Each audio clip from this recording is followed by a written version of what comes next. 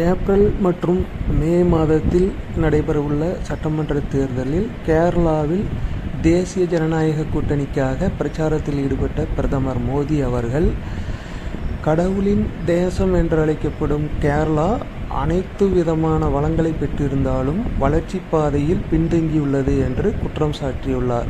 இதற்கு காரணம், இதற்கு முன்னால் இங்கு ஆட்சி செய்த காங்கிரஸ் மற்றும் மார்க்சிஸ்ட் கட்சிகள் சரியான திட்டமிடல் இல்லாமையும் மாநில வளர்ச்சிக்கு ஒத்துழைப்பு தராததுமே காரணம் என்று குற்றம் சாட்டினார். மேலும் கேரளா மருத்துவம் மற்றும் போக்குவரத்து துறையில் மிகவும் பின்தங்கியுள்ளது. இவ்விரு துறைகளும் முக்கிய துறைகளாகும். இந்த இரண்டு துறைகளிலுமே இருந்தால் எவ்வாறு முன்னேற்ற பாதையில் செல்ல முடியும் என்று அடுக்கடுக்கான கேள்விகளை ஏற்படுத்தியுள்ளார்.